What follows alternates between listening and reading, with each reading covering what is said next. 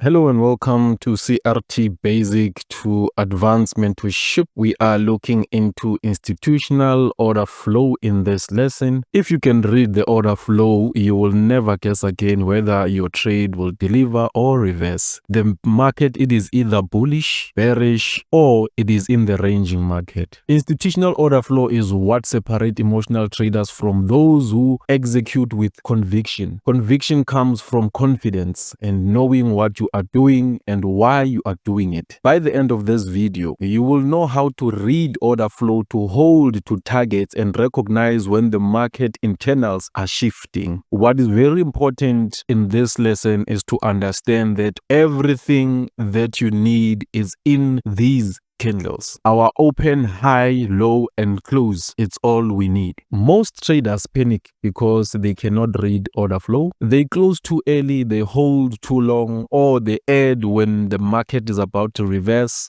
They have never learned to read what the chart is actually saying. If you don't understand what the chart is telling you, you are going to be confused and frustrated. You are not going to know what to do after you have entered a trade, and you are going to be an emotional trader, and that is what we want to solve in this lesson, right? We want to help you not to close early. We want to help you not to hold too long, and we want to help you not to add when the market is about to reverse, right? Institutional order flow. We are looking at the market maker models. In a nutshell, the market is selling so that we might be able to buy it. Institutional order flow shows the market's true direction, whether the market it is bullish or it is bearish. As price action traders, everything we need is available in the chart. The market communicates its next move through price action. So when you are looking at the market, it will tell us whether the market internals has shifted. So when the market takes out liquidity points, it will shift, and from this area we will then see that this is a market structure shift, and then it will start respecting your fair value gaps. From then, now we know that we are in the bullish wave or bullish program.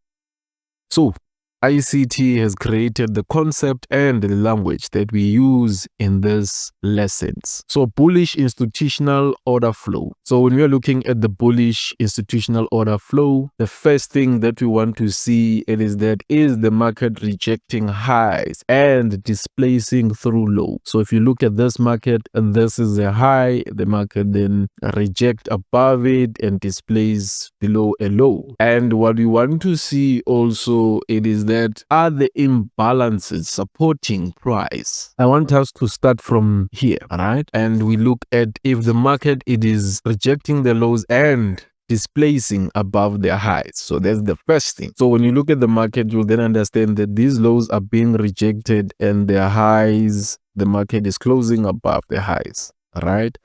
And the market it is rejecting the lows and displacing above the highs, rejecting the lows and displacing above the highs. Market comes below, we reject lows, and then we displace above the highs. We displace above the highs, reject the lows, and the market displays above the high. We reject the lows over here and we displays above the high, and this tells us that the market it is very much bullish. So the next thing that we are looking at imbalances supporting price. So what are imbalances? This is what we call fair value gaps. So is the market being supported when it reaches into fair value gap? So this is a fair value gap. The market comes into it and rejects. So is the market being supported? Yes. The market rejects the low, goes above a high, displacing. When it comes back, are the fair value gaps supporting price higher? So the market taps into our fair value gap and it is supported higher. We have another fair value gap here. Is it violated, or the market is supporting price higher when it gets into that area? So if fair value gap, the market taps into that, we displays higher. We then have another fair value gap. And then does the market find support there? Yes. The market taps into that and it moves higher. And You find this area, market taps, gives us a reaction right there. And we then look at all the fair value gaps. Are they supporting the market higher? The market comes, sweep liquidity into a fair value gap, and it supports the price higher. The next thing that we want to know, it is that our down candles supporting price. So we are looking at bullish order blocks. As you can see, the market pushes high, right? And all these candles, the opposite down candles, this is one order block. You want to see if that will support price higher, and the market comes, taps into that, and it moves high. All of these candles, this is one order block. You want to see if the market comes inside that area. Does the market reject higher? And then, as you can see, you have all of this as an order block. And when the market went above that, the market comes back inside here, and the market gets to be rejected. And you'll see that over here, these candles, the market comes back into these areas, and these down close candle are supporting price higher. The market comes back. We have these down closed candles to the market support price higher. Down closed candle, the market taps into that. Is the market going higher? When it reaches those areas, you have a down closed candle over here. The market comes into that. Is the market supported higher, right? So that is one of the things that we look at. One of the other things that we look at is the intermediate term lows. These should not be violated. So what are intermediate term lows? So when looking at the market, every time when the market takes out a low, we mark this as intermediate, right, term low, and this should not be violated. The market goes high, we take out that, and then this is another one. We don't want the market to violate in closing basis, right? And then the market comes, sweeps this liquidity, and then we then move that into this area, right? And then the market goes high, we take out liquidity, and then we have another one here. And the market went high, and then when it came back here, we then find that the market then takes out this area as liquidity, and it moves high. So we don't expect this market to violate this area. And when the market comes and violate these areas that have taken out liquidity, we then consider this as a change in the state of delivery.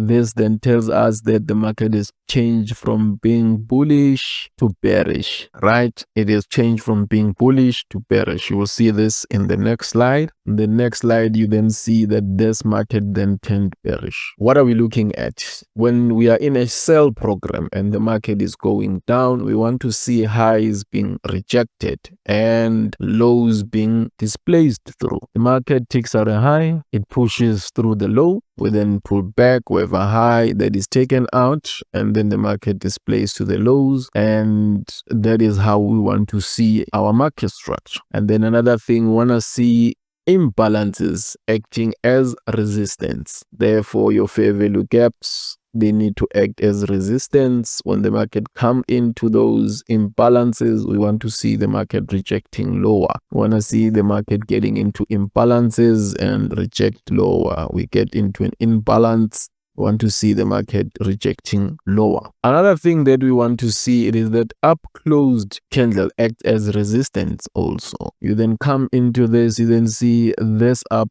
closed candle, and we want to see the market tapping into that and acting as resistance, pushing the market lower. Then we have this one over here, the market taps into that and we drop. The market comes, you can even see these ones over here, the market drops below this candle, come, then we reject. You have this one, the market come close with this candle as it opens, it retests this up close candle, giving us that rejection. And we have the very same thing here. When the market closed below this candle's low, body low, this candle opened to retest this candle, and then we then dropped. And then when the market came into these areas, we see up close candle acting as resistance, pushing the market lower. And also what we want to see see, it is that our intermediate high, we want them not to be violated. If we go back to the previous slides, you then see that this area, we don't want to see it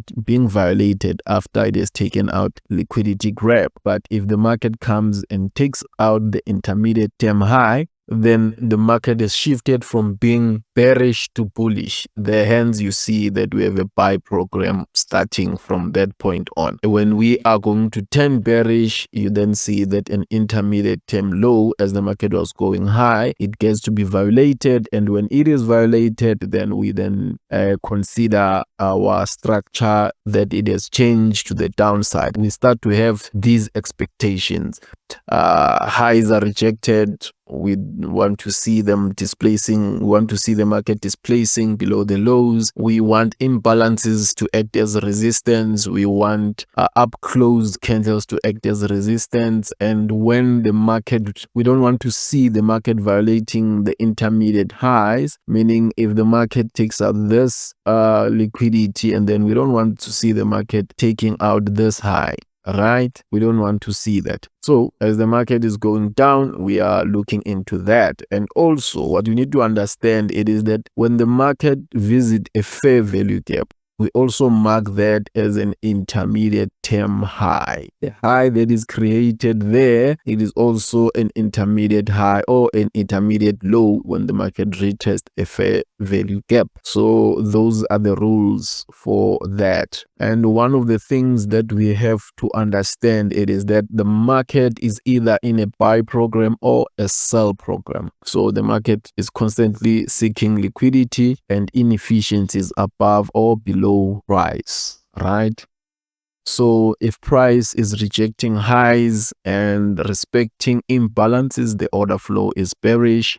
And if price is rejecting lows and respecting imbalances, order flow is bullish. Every liquidity run creates a new reference point. If the market runs this high, and then here it's a reference point to start looking for sales. Because after a liquidity run, what do we expect? We expect the market to go lower. When the market runs these highs, we expect the market to go lower. That is why each and every liquidity run, it is a suspect. So if we run below the lows, these lows, then this is a suspect to start delivering to their highs. If we go below lows, this becomes a suspect to start going higher. So this becomes a reference point. And that high that ran another high, it is also a reference point, because if the market violates it and come and close above it, then we then view the market as changing structure, right? So it serves for two purposes. It serves for getting entries and also for changing direction. When liquidity is taken, we mark that as a intermediate high or an intermediate low. So those areas are then marked as such. They are then marked as such, because if the market violates those areas, then we know that our trend has changed. And as long as that level holds, institutional order flow remains intact. As long as these areas, they are not violated, the market, it is still bullish. So until the market comes and violate these areas, then we then consider this as a shift in order flow, meaning the order flow is shifted from being bearish when it violated there to bullish. And then when it violated this one, it then changed from being bullish to bearish. So that is what we will then look at when we are looking at order flow to confirm our price action. Until we speak again in the next lesson, be safe and keep on studying.